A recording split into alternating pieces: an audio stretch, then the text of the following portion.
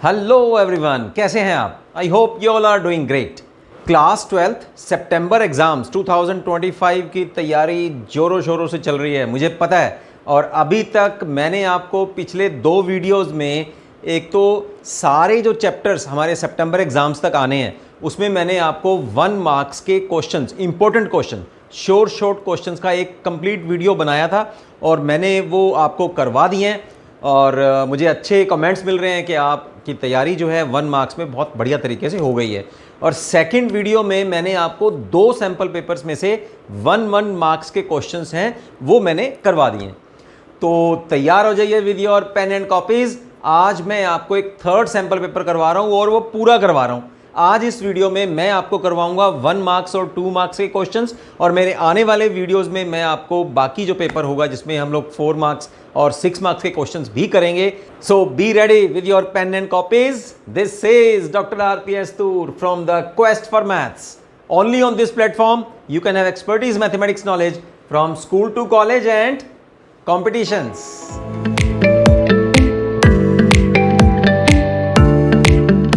तो बच्चों, 3rd sample paper को शुरू करने से पहले देख लेते हैं एक बार ब्लूप्रिंट क्या है हमारे सितंबर एग्जाम के लिए।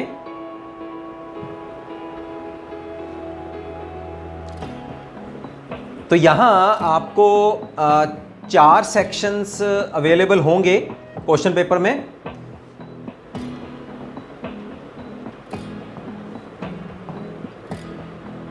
सेक्शन ए जो होगा उसमें 20 एक नंबर के क्वेश्चंस होंगे, यानी कि 20 marks will be there in your MCQs 1 marks के, जैसे मैं आपको ऑलरेडी करवा भी चुका हूं। सेक्शन बी में आपके पास 7 क्वेश्चंस होंगे 2 नंबर्स के, 2 मार्क्स ईच, तो 14 मार्क्स आपको यहां से मिल सकते हैं। सेक्शन सी में 7 क्वेश्चंस होंगे 4 मार्क्स के, तो 28 मार्क्स आपके यहाँ सेक्शन सी से आपको मिल सकते हैं। और section D will comprises of 3 questions of 6 marks, तो यहाँ से 18 जो मार्क्स हैं वो आपको यहाँ से मिल सकते हैं। तो टोटल मार्क्स जो हैं that will B 80। Chapter wise देख लेते हैं बच्चों कि कहाँ से कौन से चैप्टर से कितने मार्क्स के क्वेश्चन आने हैं। तो रिलेशंस एंड फंक्शन, यानी कि रिलेशन और फंक्शंस और इनवर्स ट्रिग्नोमेट्रिक फंक्शंस वाले पहले 2 चैप्टर्स में आप 1 मार्क्स में आपको 4 क्वेश्चंस होंगे और 4 मार्क्स के आपको यहाँ 2 क्वेश्चंस होंगे। तो ये पहले 2 चैप्टर्स में आपको 12 नंबर का क्वेश्चन जो है वो कंफर्म हो जाएंगे। अलजेब्रा, जिसमें कि मैट्रिसेस और डिटर्मिनेंट्स होते हैं, 5 क्वेश्चंस आएंगे आपको 1 मार्क्स के, 3 क्वेश्चंस 2 नंबर के, और 1 क्वेश्चन 4 मार्क्स का और 1 क्वेश्चन आपको 6 मार्क्स का। मैट्रिसेस और डिटर्मिनेंट्स में देखो काफ़ी स्कोरिंग चैप्टर है, दोनों चैप्टर मिला के आपको 21 मार्क्स मिलने वाले हैं यहाँ से। Calculus, continuity, differentiability, applications of derivative जो मैंने आपको ऑलरेडी करवा भी दिया है, उसमें 8 क्वेश्चंस होंगे 1 मार्क्स के, 4 क्वेश्चंस होंगे 2 नंबर के, 3 क्वेश्चंस होंगे 4 नंबर के, और 2 questions will be of 6 marks each. बहुत ही ज़्यादा स्कोरिंग मार्क्स हैं, यहाँ से आपको 40 मार्क्स का एक सॉलिड अटेम्प्टेशन यहाँ आप कर सकते हैं। यानी कि अगर बच्चा कोई चाहता है कि सिर्फ मुझे पास ही होना है, 50% मार्क्स ही लेने हैं, ठीक है, तो पास तो देखो यहाँ दोनों से ही हो सकता है, रिलेशन एंड फंक्शन और अलजेब्रा से, तो 33 मार्क्स यहाँ से बन सकते हैं। लेकिन अगर कोई बच्चा चाहता है कि मुझे सिर्फ 50% मार्क्स ही चाहिए, तो वो कैलकुलस में कंटिन्यूटी, डिफरेंशिएबिलिटी और एप्लीकेशन ऑफ डेरिवेटिव्स का टॉपिक कर सकता है। 40 मार्क्स उसके, यानी कि 50% मार्क्स यहाँ से आपको मिल जाएंगे।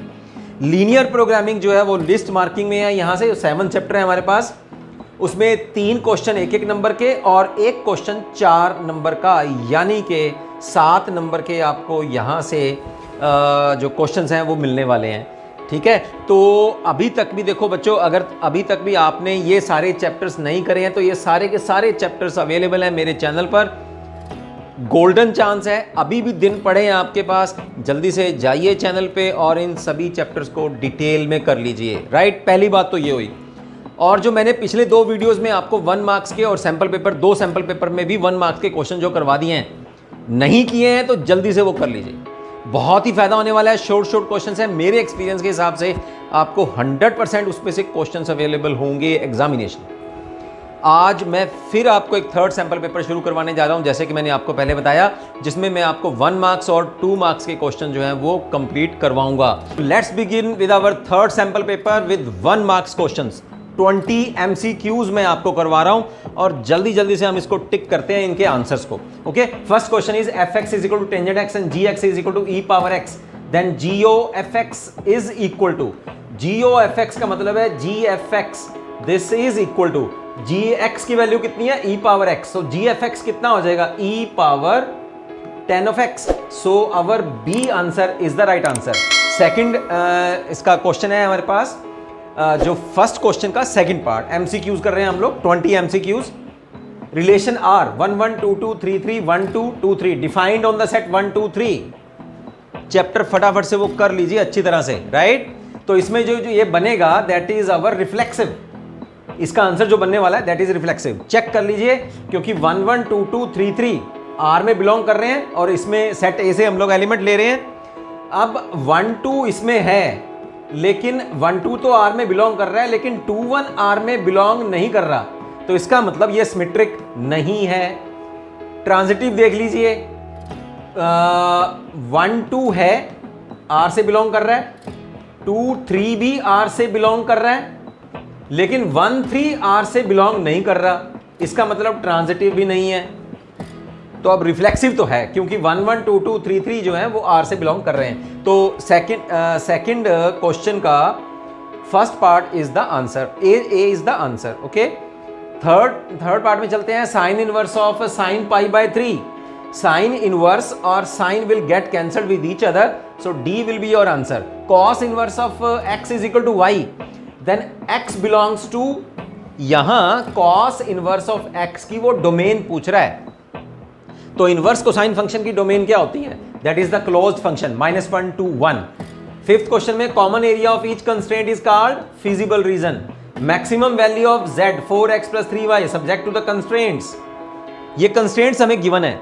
देखिए अब क्या करेंगे, एक बार जब x 0 लेंगे तो ये गिवन कंस्ट्रेंट से जब हम इसको इक्वेशन बनाते हैं, तो अगर x 0 है तो y की वैल्यू कितनी आएगी, 4, और अगर y 0 है तो x की वैल्यू कितनी आएगी, वो भी 4।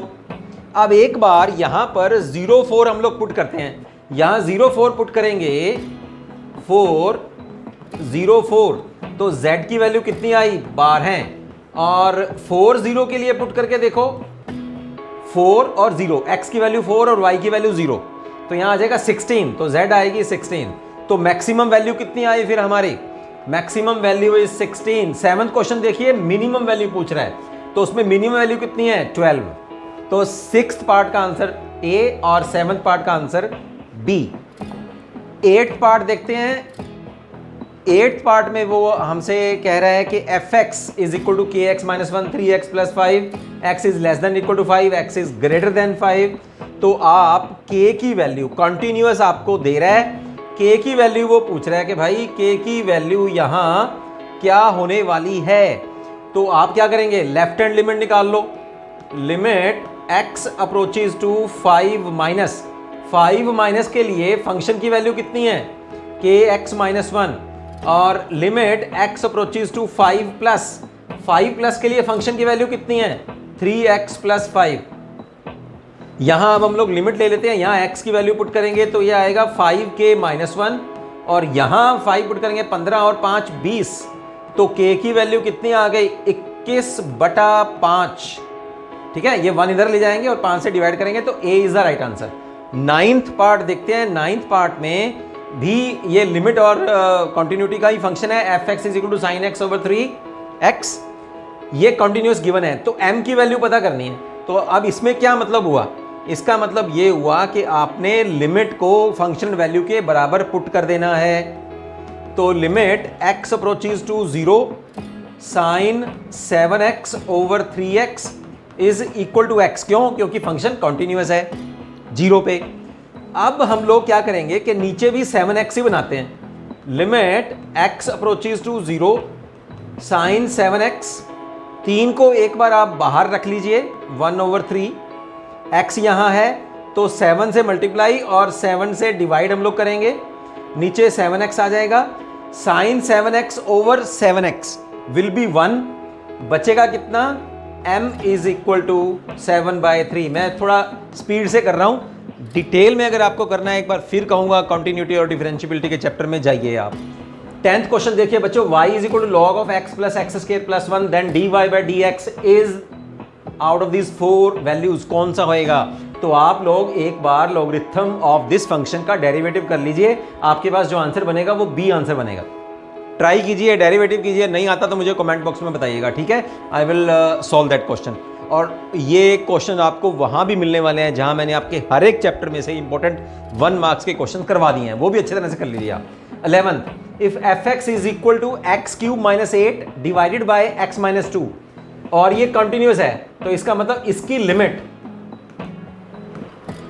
x approaches to 2 x cube minus 8 over x minus 2 this is equal to k, ठीक है। अब हम अभी लिमिट नहीं पुट कर सकते हम लोग क्योंकि 0/0 फॉर्म आएगी, है ना। 2 × 3 इज 8 - 8 ओवर 2 - 2, तो 0/0 फॉर्म जब आए तो लिमिट पुट नहीं करनी। अब क्या करेंगे, इसका फार्मूला खोल दीजिए, x माइनस 2, 8 का मतलब क्या आएगा 2/3।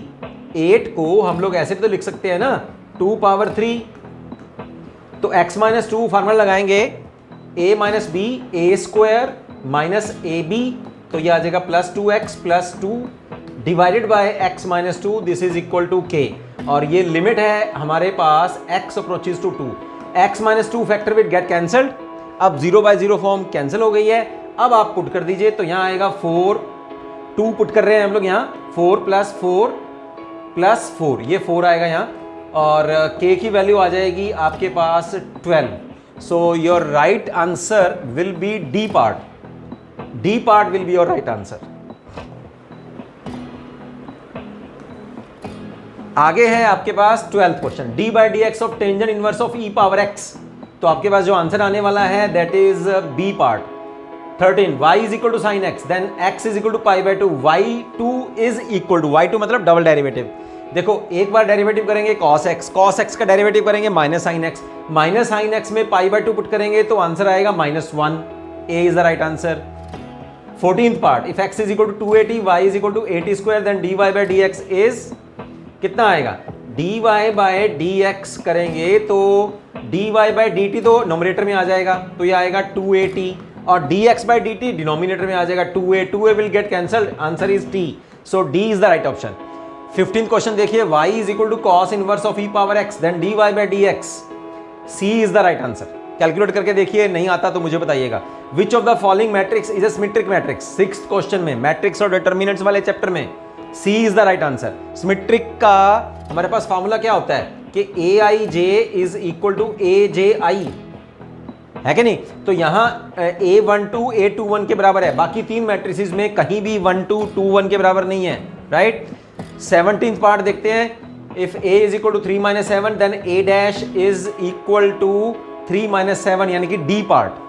यहां रो मैट्रिक्स है तो कॉलम मैट्रिक्स बनेगी ना डैश करने के बाद, ठीक है। 18th क्वेश्चन देखते हैं, 18th क्वेश्चन में ये कह रहा है if a is equal to 2 3 5 then the order of the matrix, इस मैट्रिक्स का ऑर्डर कितना होगा। देखिए यहां 3 रोज हैं और 1 कॉलम है, तो b is the right answer.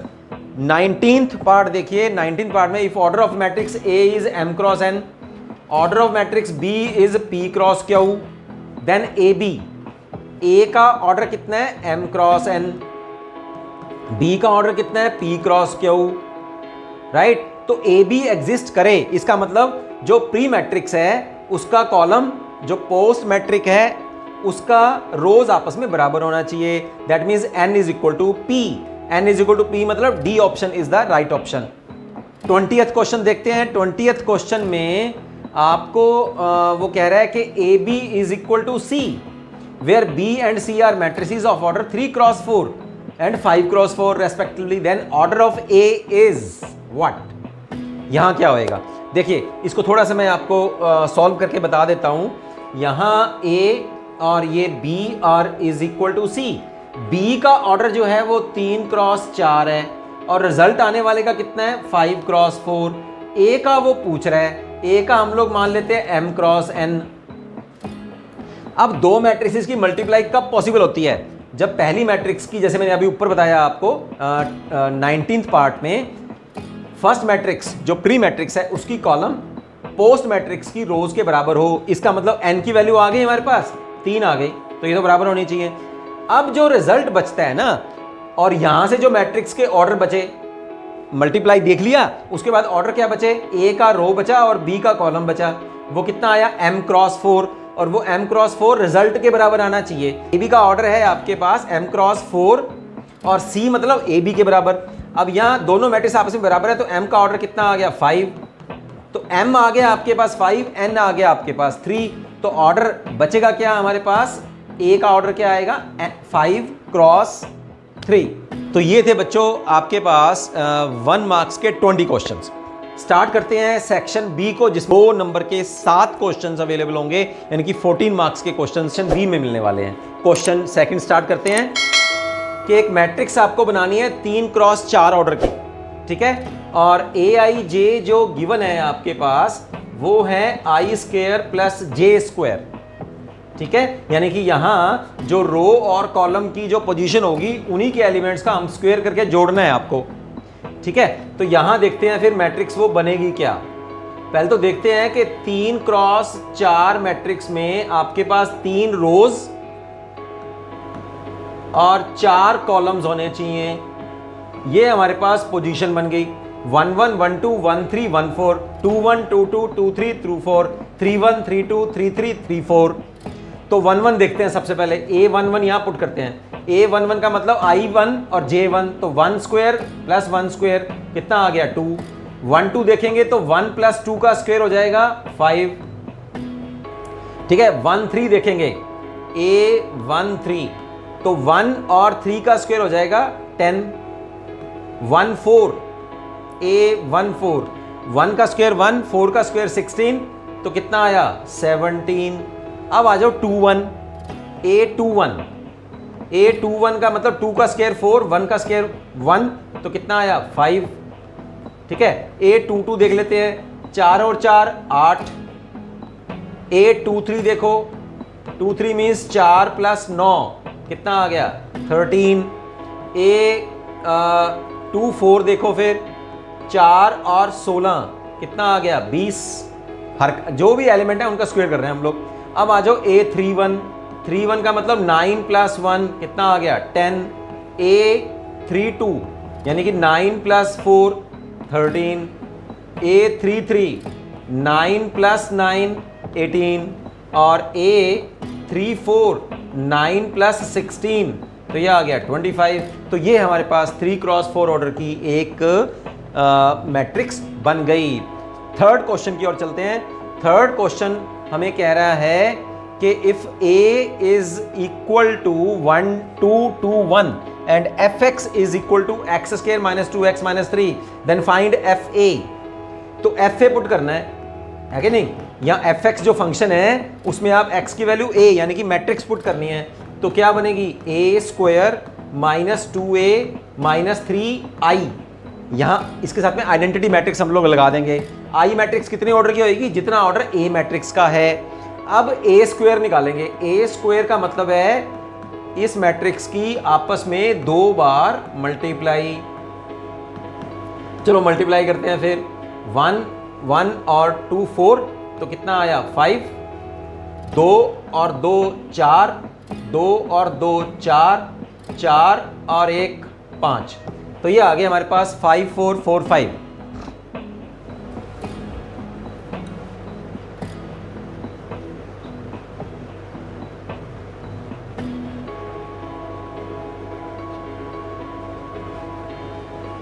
अब 2a निकाल लीजिए।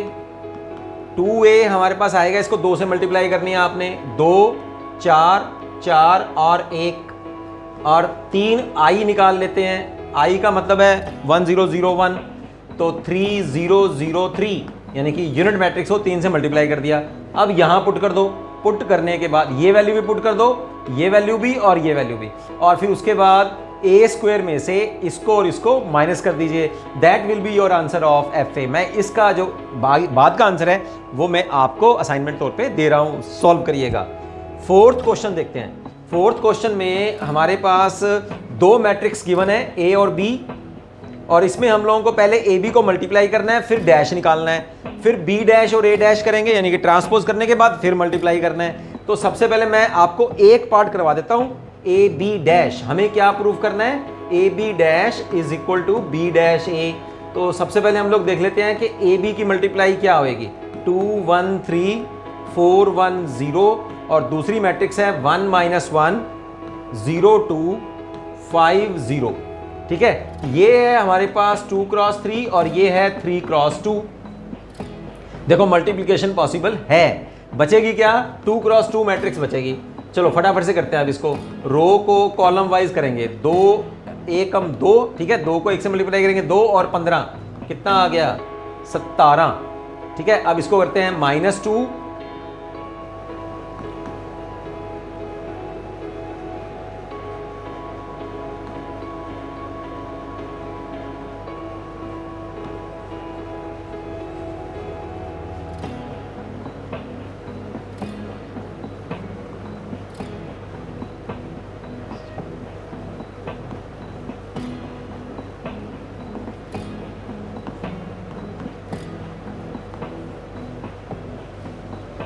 तो जो दोनों मैट्रिक्स की मल्टीप्लाई करने के बाद हमारे पास ये ए बी मैट्रिक्स आ गई है। अब ए बी मैट्रिक्स हम लोग ट्रांसपोज कर देते हैं। ट्रांसपोज करेंगे तो 17 0 4 -2। चलिए अब वो कहते हैं कि बी डैश ए डैश करिए।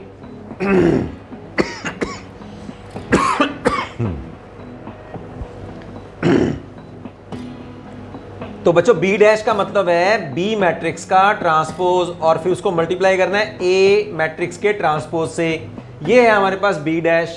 तो इसका ट्रांसपोज करेंगे 1 -1 0 2 5 0, और दूसरी मैट्रिक्स है हमारे पास ए, इसका ट्रांसपोज करेंगे तो 2 1 3 4 1 0। चलो अब इसको मल्टीप्लाई करते हैं। मल्टीप्लाई करने के बाद हमारे पास सेम आंसर आएगा 17 4 0 -2। क्वेश्चन 5th में कह रहा है डी बाई डी एक्स आप लोगों को फाइंड आउट करना है, D by d x of x power x, और इसका डेरिवेटिव आपने देखना है कि इसका रिजल्ट सारे एक्स के लिए ट्रू है। तो सबसे पहले इसको आप y मान लीजिए, y is equal to x power x taking logarithm both sides, log y is equal to x log of x. Derivative करेंगे दोनों तरफ x के रिस्पेक्ट में, dy by d x is equal to x. यहाँ product rule लगाएंगे। First function as it is log x का derivative 1/x, फिर log x को एज इट इज रखेंगे और x का डेरिवेटिव हो जाएगा x के रिस्पेक्ट में 1। कैंसिल करेंगे तो 1 प्लस log x आ जाएगा, और यहाँ dy बाई डी एक्स की वैल्यू आएगी, y को हम लोग राइट हैंड साइड में मल्टीप्लाई कर देते हैं और इसकी वैल्यू पुट कर देंगे। इसकी वैल्यू है x power x 1 plus log of x। This is our answer. लेकिन वो ये कह रहा है कि क्या ये रिजल्ट ट्रू है फॉर ऑल x के लिए। x यहाँ है ही बच्चों रियल, तो हर एक रियल वैल्यू के लिए जो y की वैल्यू है दैट विल बी ट्रू, तो उसका डेरिवेटिव भी जो है that will also be true. तो ये था 5th क्वेश्चन। बच्चों क्वेश्चन 6th जो है that is the volume of A spherical balloon is increasing at the rate of 25 cc per second. Find the rate of change of its surface area at the instant when its radius is 5 centimetre. Application of derivative में जो first topic आपको करवाया है rate of change of quantity and increasing and decreasing functions, वो topic आप इसके लिए आप कर लीजिए। ठीक है, वो बड़ा इजी पड़ेगा। तो यहाँ आपको गिवन क्या है, वॉल्यूम में जो इंक्रीज आ रहा है उसका रेट उसने आपको गिवन है। ठीक है, dv by dt that is 25 cc per second. तो टाइम के अकॉर्डिंग हो रहा है। वॉल्यूम होता क्या है स्फेरिकल, 4/3 पाई r क्यूब। अब वॉल्यूम का rate of change with respect to time हमें गिवन है, तो हम वॉल्यूम का दोनों तरफ डेरिवेटिव कर देते हैं विद रिस्पेक्ट टू टाइम। तो कितना होएगा हमारे पास 4πr² dr/dt, इसका डेरिवेटिव हम करेंगे हम लोग t के रिस्पेक्ट में। तो रेडियस r इज रेडियस है, dr/dt आ जाएगा। कितना गिवन है हमें 25, यहाँ पुट करेंगे तो वहां से सॉल्व करने के बाद हमारे पास rate of change of radius with respect to time will be equal to 1/4 pi centimetre per second आ जाएगा। अब वो क्या कह रहा है कि find the rate of change of its surface area at the instant when radius is 5 centimetre. Sphere का सरफेस एरिया होता कितना है, दैट इज 4πr²। दोनों तरफ डेरिवेटिव करेंगे with respect to time, that is 8πr dr/dt। बस अब जो वो पूछ रहे हैं find the rate of change of area when radius is 5, तो यहां पुट कर दो, r की वैल्यू भी पुट कर दो और dr/dt की वैल्यू भी पुट कर दो. So when r is equal to 5 centimetre, dr/dt will be after solving, r की वैल्यू भी पुट करेंगे और dr/dt की वैल्यू पुट करेंगे, your total answer will be 10 centimetre square per second. तो area of the volume will be increasing at the rate of 10 centimetre square per second. 7th question की तरफ चलते हैं. 7th क्वेश्चन में find the slope of the tangent to the curve. तो छोटा सा है वैसे तो. टेंजेंट की स्लोप क्या होती है? डेरिवेटिव की फॉर्म में अगर देखा जाए तो टेंजेंट की स्लोप जो होती है वो होती है first derivative. It is the slope of the tangent, slope of tangent. तो इसका मतलब क्या है? बस इसका डेरिवेटिव निकाल दीजिए आप और वहां x की वैल्यू क्या पुट करेंगे? 2. सिंपल, एक बार डेरिवेटिव कर दीजिए, x की वैल्यू 2 पुट कर दो, that will be your answer. 8th question है differentiate sine inverse of 2x over 1 plus x square with respect to x.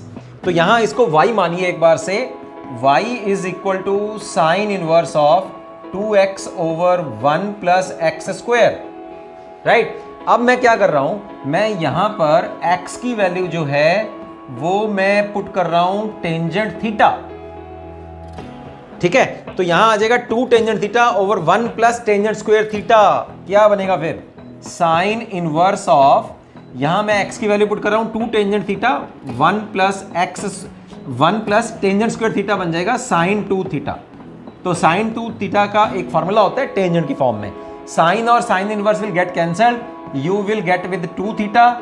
यहां आप थीटा की वैल्यू पुट करेंगे तो थीटा की वैल्यू आएगी tan इनवर्स ऑफ x.